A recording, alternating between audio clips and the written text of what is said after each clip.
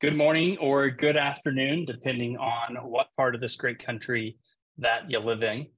My name is Chris Shepard. I'm the Chief Operating Officer for Cerius Executives, and welcome to the Cerius Speaker Series. Today is designed to be a conversation that helps give you the information that you need to move your business forward. What we're doing here today really is just another step in what we've been doing for almost 20 years now, which is giving business owners the tools they need to help their business grow and reach the level of success that they intend for. One of the things we're going to do on today's call is show you one of the executives in our network, the expertise that they have and the deep knowledge that they have from working not just in an academic setting, but inside businesses to drive results and get the things done that need to be done to move the business forward. So with that, I'll turn it over to our company president, Kristen McAllister. And let's be clear, I am not the outsourcing expert for the last 20, 30 years. Expert on outsourcing leadership versus some of the other topics that we'll mention today. I'm excited to be here. One of the cool things that we get to do is talk with hundreds of business owners and CEOs each year. There have been a lot of shift and movement over the past couple of years, and there have been a handful of topics that have really been trending this year in our conversations with business owners. And we've taken those and put them into a speaker series. The purpose is to provide some insights from experts in the space, like our visitor today, and provide a range of knowledge, whether this is a new concept to you and you want to look at it or consider it for your company, whether you've been doing it for a while and you're wondering what other trends are out there. We want to get as much information as we can into the next 30, 40 minutes, and then give you back your day. So with that, today we're going to talk about what do we do best and how do we do it better than anyone else and outsource the rest. Chris and I have invited outsourcing expert, otherwise known as Sath, to join us in our discussion as to why and how companies are outsourcing. Sath has spent the last 40 years in the IT industry, in Fortune 500. He's an entrepreneur, an author, and a keynote speaker. The last 20 years, he's really focused in on helping companies boost their business success through business process outsourcing, which we'll talk to a little more detail today. So Sath, thank you for joining us. Well, glad to be here. Thanks for the invite. We're excited. So to start with, let's get some context around some of the various ways that companies are outsourcing their non-essential, non-core competencies. What are different ways that companies are leveraging this? Well, let's kind of, I want to give you 3 examples to make sure that we are all on the same page. The first one that comes to my mind is customer support. These are contact centers that people have set up to help their customers, number 1. Number 2 that comes to my mind is accounting. There is AR, AP, those kinds of tasks have been outsourced for a long time. And there is IT services, the third one that comes to my mind. Those are 3 examples. We can delve into it deeper as we go along, but just to make sure that we are on the same page, I'm giving you a few examples.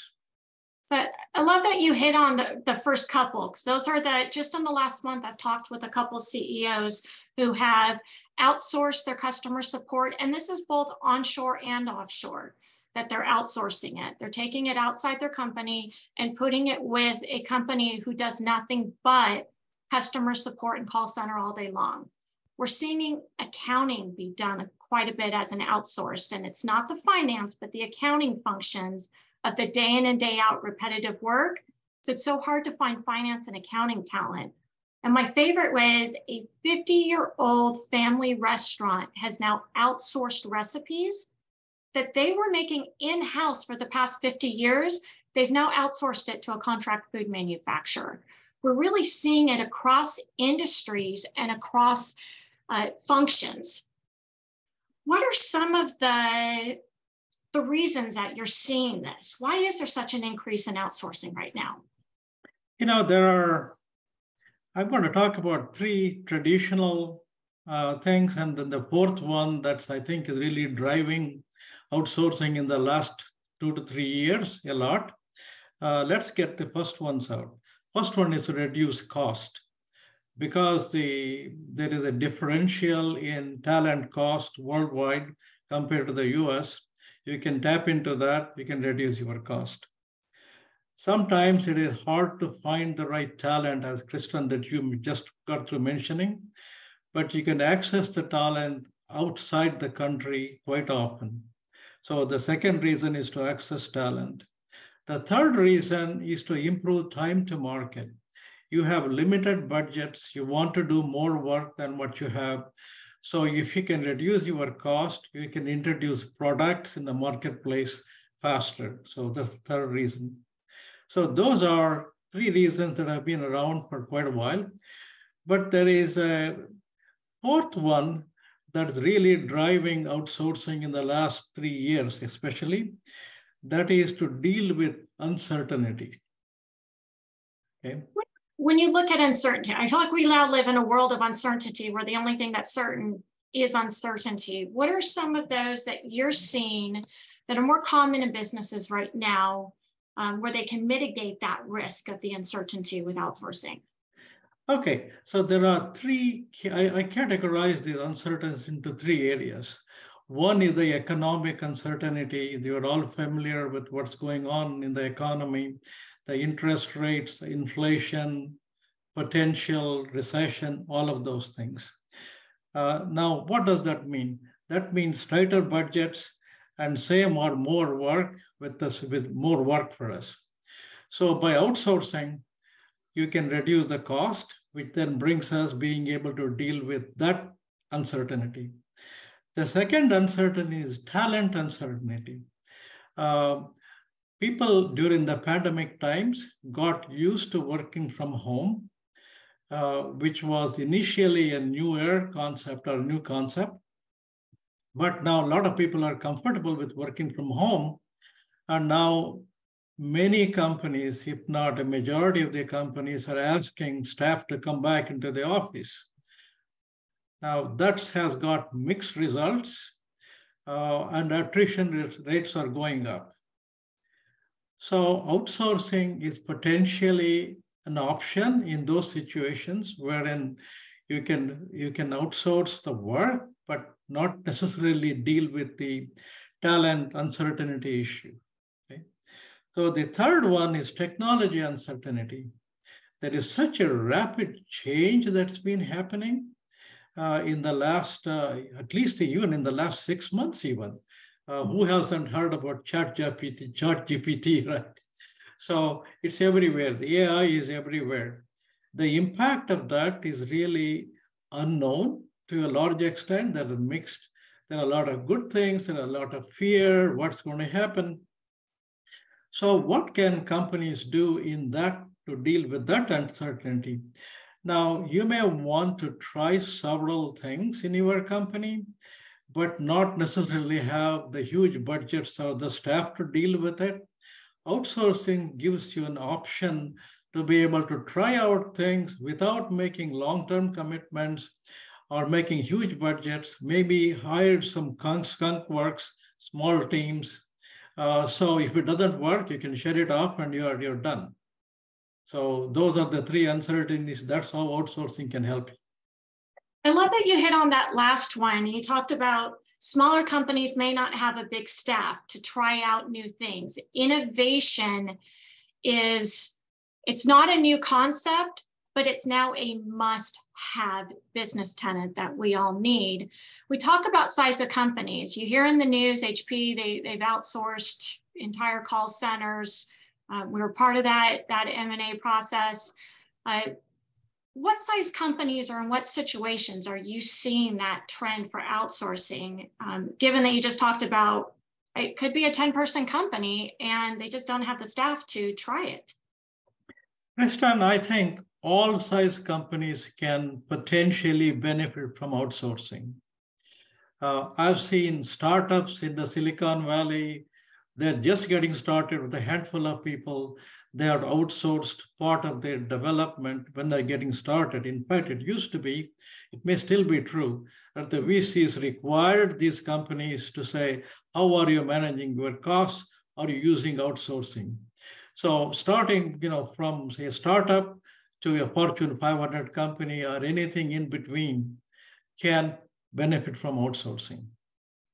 Yeah, let's talk a little bit as to, I don't want to jump into how you get started with that. Let's jump into maybe a few trends that you're seeing out there, because you're really you do this day in and day out. You're at the forefront of it, particularly for IT outsourcing. That's one of the most common, next to accounting right now. It's one of the most common things that we're seeing. It's tough to keep developers. It's tough to find them. This is not our core business. Why are we managing and trying to create almost a software development business inside of our business? Right. Let's outsource it. What are the trends that you're seeing in outsourcing to help us just be a little smarter today? Sure, no problem. So in terms of trends, I see two major trends. One is the impact of technology.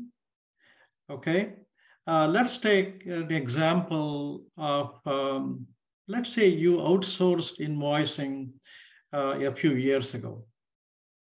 Okay, and you have now that whole process that you outsourced can potentially be automated using the technology, robotic process automation. And I can go into more detail if you need to, but at a high level, it takes simplistic tasks which are well-defined. Instead of applying some human talent, it can be automated. Now, in the last 3 months, I've come to realize not only the RPA technology is going to have a huge impact on outsourcing, but the ChatGPT and AI in general will also add to how much automation you can do,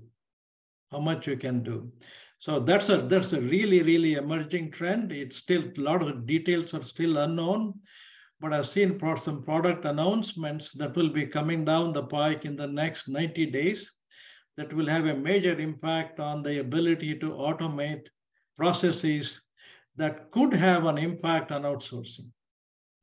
Now, for those of us who don't keep up with it, I own a service organization. Acronyms are not my strong suit. RPA. Okay, so RPA it's a piece of software, basically, despite the word robot attached to it, that will help you automate very specific routine tasks. Let me give you an example. Let's say somebody sends you an invoice, you need to match it to your PO and update your ERP system. So we applied human talent to do that. Now we can automate that process wherein you have systematized it, and we are able to take it from end to end, and then it updates the ERP system. Many of them still have a human in the loop for exceptions. So it is not like totally automated, it's going to be totally out of control. But that provides the ability to be able to do this faster, cheaper, more productivity, frees up human talent from routine work, so to speak. So that's one trend that I'm seeing. Well, we know that there's a lot of benefits to this. That's a no-brainer. I'm going to guess that there's some challenges that, as you've gone through it, you've studied up on it. What are some of the more common challenges that companies will face as they look at outsourcing, and how do they mitigate it? What would maybe be your key pieces of advice as companies are considering it? Right. Trying to identify vendors and vet vendors. Okay. In terms of outsourcing challenges, here is what I find. The biggest challenge I find is not with the external world, but inside the companies. The first is the key executives or the top level staff needs to first buy into the thought of outsourcing. Sometimes it is a culture change. That's one. The second challenge related to that is to make people who are the staff, basically, they are fearful of losing their jobs. So communication is the key, and making sure you bring all stakeholders on board is the key to success in the first challenge that I see. The second one that I see is quite often people start up a project, outsource a few things, and suddenly kind of wonder why I'm not getting the benefit I thought I would get. But the right way to do it is to, regardless of size, have a strategy and a roadmap. You need to spend some time upfront that takes into account what's going to be your strategy, why are you doing this, what kinds of projects you are going to outsource, what will be the benefits, and then, of course, how would you manage the risks?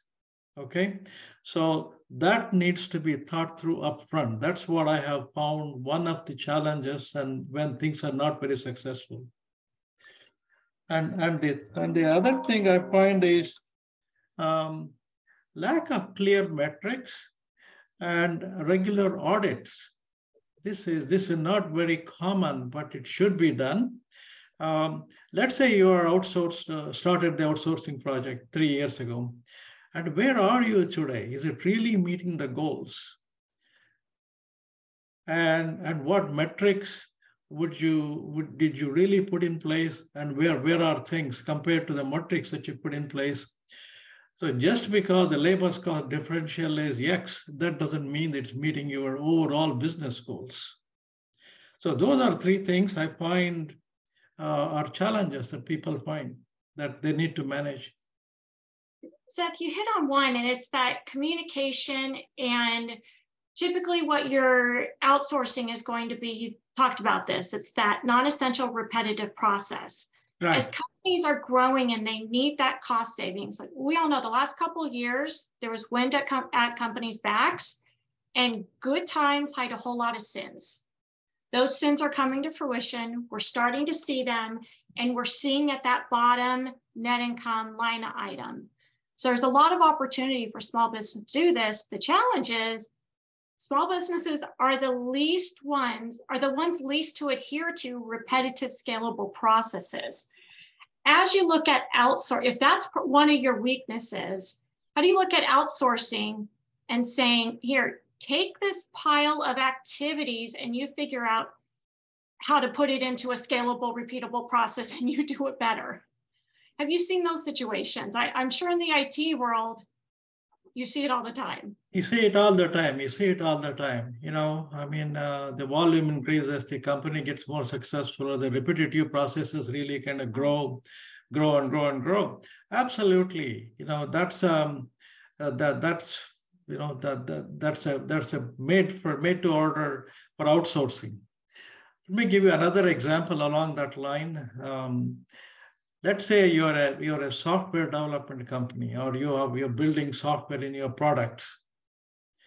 Over time, you have a lot of products, and maintenance takes up a lot of your budget just to maintain the products. So you're not innovating, you're not building new products. So you could take the older products. That's a good place to start. You could take the older products, outsource the maintenance. So that way, people in your company would feel like, okay, I'm moving on to bigger and better things, much less resistance. And at the same time, from a budgeting perspective, you are really managing your budget better, meaning you're getting better, more dollars, let me say, more bang for the buck, so to speak. I would not have thought of that. No one in a company, especially if you're trying to build an innovation culture, wants to work on outdated projects and products. Right.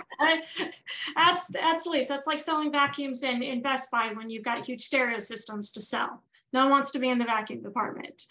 Right. So I see there's something in the chat, and I'd love to bring it up. When you look at, we work with a lot of small to mid-sized businesses, and we're not the best at getting out there and networking and knowing, of course, I can contract this out. And here's 10 vendors that I can contract it to. Here's all the AI that's possible out there. As individuals start to look to identify what are some potential companies, what are some recommendations, or what asks should they be making to their network, or certainly contact Cerius, we'll make the ask to our network and get the top list of vendors that you should be vetting. What are some other ways? Yeah, Kristen, I think that giving a top list of vendors is not possible. Frankly, there are so many good vendors out there. So the way I look at it, this gets into the vendor selection process. So there are some of the attributes I can talk to, what you really want. The first is to, of course, some of the obvious things, like do they have competency in the area that you want to outsource? What is their track record? Are they stable? But the thing that is often overlooked is there a cultural match between your company and their company. For example, not all software is not the same or created equal. As an example, let's say you're trying to outsource product development. That is different from application development, just implementation. Some people may be very good at implementing ERP systems. They're a software company also. But if you are a software company who's building products, the culture of building products would be different from the culture of implementing products, solutions, if you will, in the IT. So culture is a big factor. And the next thing I would really look at in today's world is political stability. I'll run into people in some of the networking events who actually, of all the places, outsource to Ukraine. And you can, I don't need to say any more, but political stability is a major factor. And the next one that I would look at is intellectual property protection. What are the laws of the land? How is it that if I outsource it to this particular country, I go through a country selection and then worry about the vendor selection. So when you look at let's say we're outsourcing for onshore, right? We get asked this a lot of, proximity, does it matter? Should I be looking for someone? I want a contract manufacturer that can do injection molding and is in the city of St. Louis, 10 miles from me, so that I can keep a watch over them and I can have that relationship. What are your thoughts on proximity, whether it be business process automation, call center, or contract manufacturing? Right. Proximity, all other things being equal, proximity would be great. But unfortunately, it is not all other things being equal. You got to take a look at the cost and your ability to manage regardless of distance.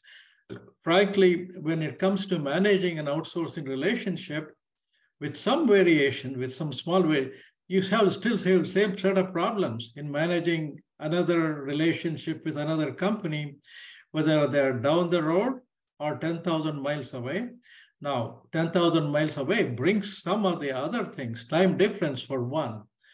Okay, how do you manage the time difference? And then they are 10,000 miles away. Chances are their culture is different from yours. How do you manage the cultural differences? So those are all being figured out. There are best practices to address those things. So in terms of your question, would I go to a company that is down the road from me, 10 miles from me, versus a company that is offshore someplace? I wouldn't worry about the distance.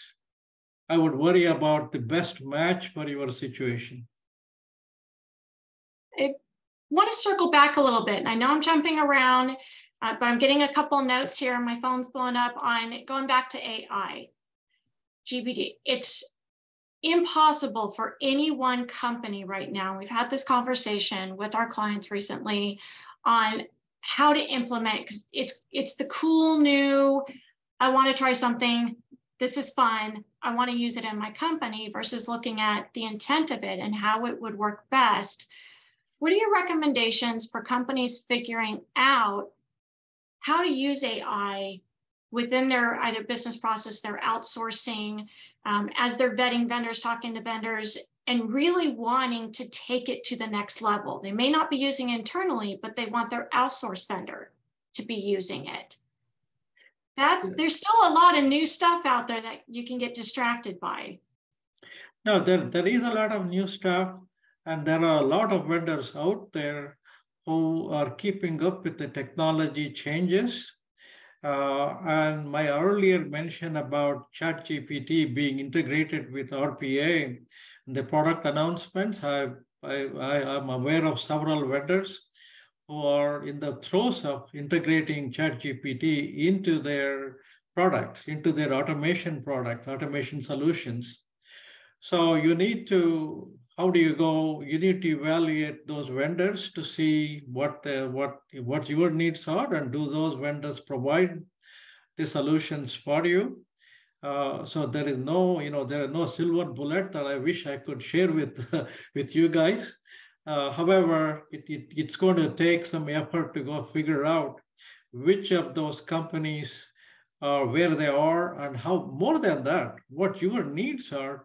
Just because it's cool technology, I'm not a proponent of simply using it. Maybe you want to experiment with it just to see if it works, as we talked about earlier. But beyond that, it has got to make good business sense for you. But there are many vendors out there who are keeping up with the technology, keeping up with ChatGPT even. They have made product announcements. I don't see the products yet available, but I'm expecting to see products being available in the next 90 days. Wow. And they probably just thought of the idea 90 days ago. That's that speed to market that's coming out. Let's take it down to, as we can look at wrapping this up here, what's a good first step? Let's first take, if someone is not currently outsourced, they're doing everything internally, they've got 10 job recs of people they can't hire for, they've got some customer complaints, they've got cost overruns. What would be a good first step for someone who's not outsourcing right now? The first step is to start exploring if outsourcing makes sense for you, where within your company outsourcing makes sense for you. That's my recommendation, to get started, start exploring. Second thought there is start small. And one of the best practices I really strongly believe in is success builds on success. So you need to take a small step, make it successful, and then scale up, as opposed to you're going to go, I got all these problems, I'm going to go start a big scale outsourced operation someplace, and I'm going to get the results. It usually doesn't work out. So bottom line to your question, number one, explore, start small, and then scale up. I did a podcast with a CEO of a marketing firm. My favorite thing she did every year is ask every employee, what are you doing that you don't want to do anymore? They made up a list and then they outsourced it. They got to keep what they wanted to do, and then they took on the next new fun, innovative projects. And they were then the champions, and they owned outsourcing that, and they owned the quality control of it. It was in their hands, not the CEO's hands. That's a great way to do it, in the sense that somebody went in and said, what are the things you don't want to do? Let's outsource it. Then you solve the problem of selling it to the staff, basically, from get-go. Wonderful example. Now, let's say I'm currently outsourcing, but I am one of those companies, I'm struggling with it. I'm not getting what I want out of it. What are some questions that I should be asking myself or my vendor partner to see how we can make this more successful versus, I'm one of those first knee-jerk reactions. I like to control it. I'm just taking it back. Give it back to me. I'll do it. The best suggestion I can provide you there is to get some independent viewpoint, as opposed to simply taking it back. the issues are not always with the vendor. What? Is that saying it might be my fault? It could be. I might be the issue? There's no way. Possibly you may not, but that's why I'm saying get some third-party independent involved in taking an objective look at what it is that's happening there. It could be processes, it could be the wrong vendor, who knows? There are probably several reasons why something isn't working out. Or internally, you went out to do something 10 years, say 3 years ago, and things have changed now. Okay, all of those things are possibilities. So I would say get some independent assessment of the whole operation, and they should take, whoever does it should take a look at it from both sides, both from your company's point of view and the vendor's point of view, study the processes. It is not a study kind of stuff, but you should take an independent look at the whole thing. And then if it still feels like, okay, this is not working, then you should go with what is best for you. I love it. Wait, one of my favorite CEOs did that recently. It wasn't quite working, and he was managing the relationship. So he brought in a couple members of his team who had been doing it prior to the outsourcing, and even someone on his team, and said, why don't you go in, take a look, assess, and let them assess it, as well as brought in an expert advisor to help oversee those managers, and completely got out of it, turned over the relationship. And he said he's never been happier, and everyone involved has never been happier not having him be the one with the oversight. Fantastic. Well, Sath, thank you so much. I know we covered an array of topics because we've got a number of executives, business owners, CEOs on the call today at different stages of the process. Hopefully we touched on enough where you got one nugget where in 40 minutes you can say you're that much smarter today. Chris, I turn it back over to you. You bet. Thanks, Kristen. Thanks again, Sath, for the value you provided on the call today. Really was insightful and helpful for all the business leaders who are here. We're here to provide value, help equip you to have the right information and the right people to grow your business. On behalf of everyone at Cerius, thanks so much for joining us today. We hope to see you back real soon.